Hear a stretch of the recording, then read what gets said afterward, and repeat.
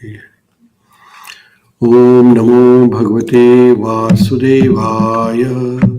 Om Namo Bhagavate Vasudevaya. Om Namo Bhagavate Vasudevaya. Om Namo Bhagavate Vasudevaya. Om Namo Bhagavate Vasudevaya. Om Namo Bhagavate Vasudevaya.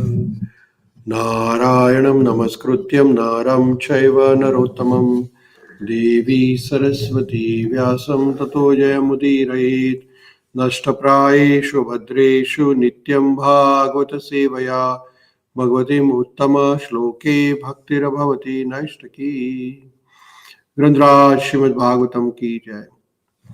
We're reading one shloka from Śrīmad-Bhāgavatam, third canto, 23rd chapter, titled as Devahūti's Lamentation. Devahūti, who is wife of Kardama Muni, is requesting Kardama Muni. When Kardama Muni is about to go to forest for tapasya, at that time Devahūti is speaking to Kardama Muni. Devahūti is saying to Kardama Muni,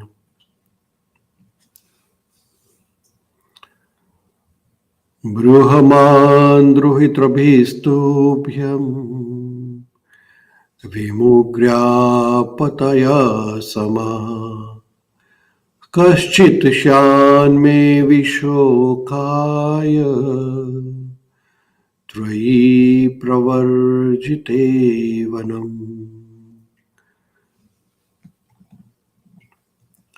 My dear Brahmana, as far as your daughters are concerned, they will find their suitable husband and go away to their respective homes.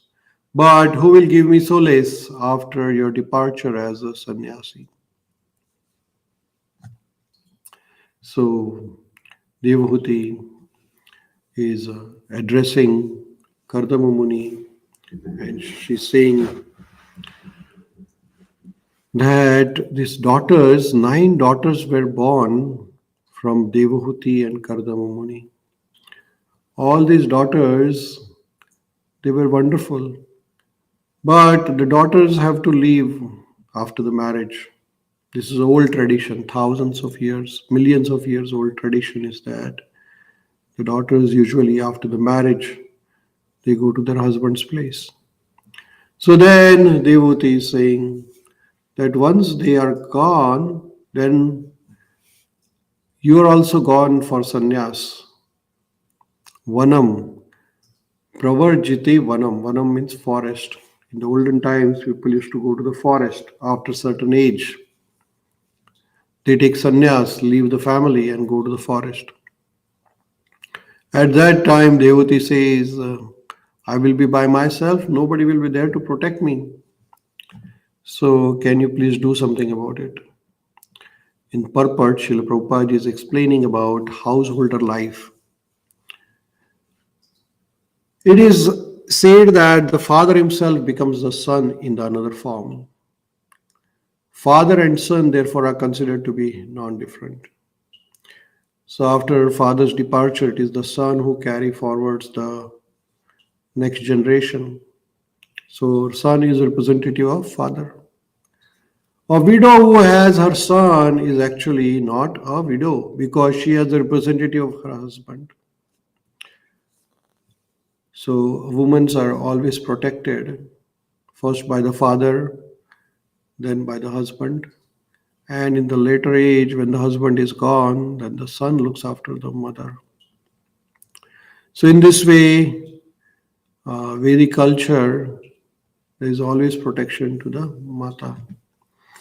Similarly, Devahūti is indirectly asking Kardama Muni to leave a representative so that in his absence she might be relieved of her anxieties by a suitable son. So through this, Devahūti is asking to Kardama Muni that you have given me 9 daughters, but please give me one son who will be your representative and who will be able to look after me after your departure. Srila Prabhupada is explaining the householder life. A householder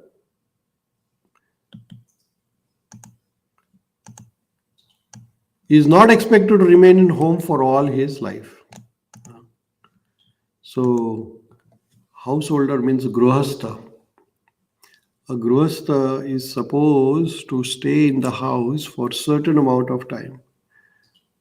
So there is a brahmachari ashram, then there is a gruhastha ashram, then there is a vanaprastha ashram, and then there is sannyas ashram. So there is a time when we have to cut all the attachments and leave the family affairs.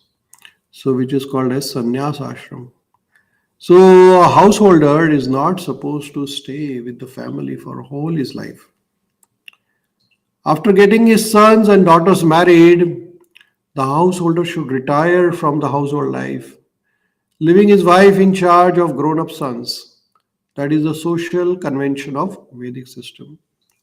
So when the sons and daughters are grown up and they are matured, they're married, then what does father do? So the father takes sannyas. He goes to the holy place or for jungle for tapasya. And the wife is in the care of her son. That is the convention of Vedic system. Devahūti is indirectly asking that in the absence from home, there be at least one male child to give her relief from her anxiety. So she is asking that, please give me some protection. This relief means the spiritual instruction. Relief does not mean material comforts. Material comforts will end with the end of the body, but spiritual instruction will not end. It will go on with the spirit soul.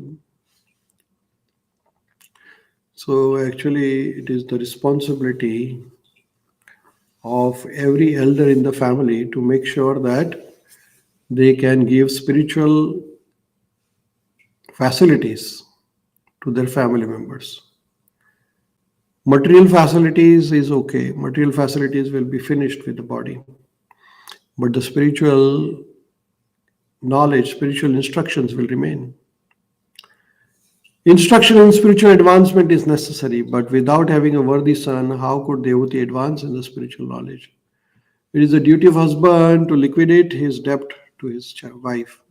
Wife gives her sincere service to her husband, and he becomes indebted to her because one cannot accept the service from subordinate without giving something in exchange. So, anytime anybody serves us, we have to return it back with the reciprocate service. If the wife serves the husband, then it is the duty of husband to serve the wife back, and vice versa. So, one cannot accept the service without offering the service. The spiritual master cannot accept service from the disciple without awarding him spiritual instruction. You see that? So nothing should be free. Everything has to be in return, in exchange. Once you take a service from somebody, you have to give him something. You can give instruction or whatever the way you want to reciprocate, but every service has to be reciprocated.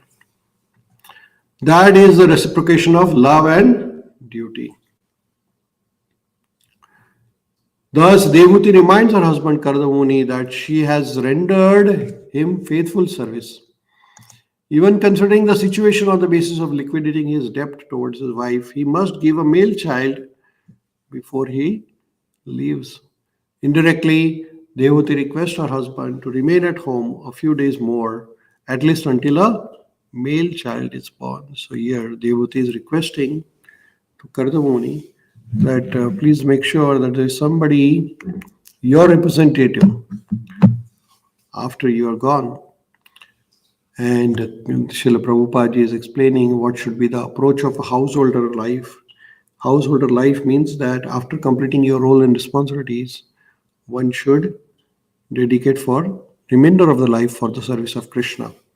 So sannyas basically means that you take your life and surrender to Krishna, and you dedicate all your time for spreading Krishna consciousness. So that is sannyas. Sannyas does not mean you remain in isolation by yourself.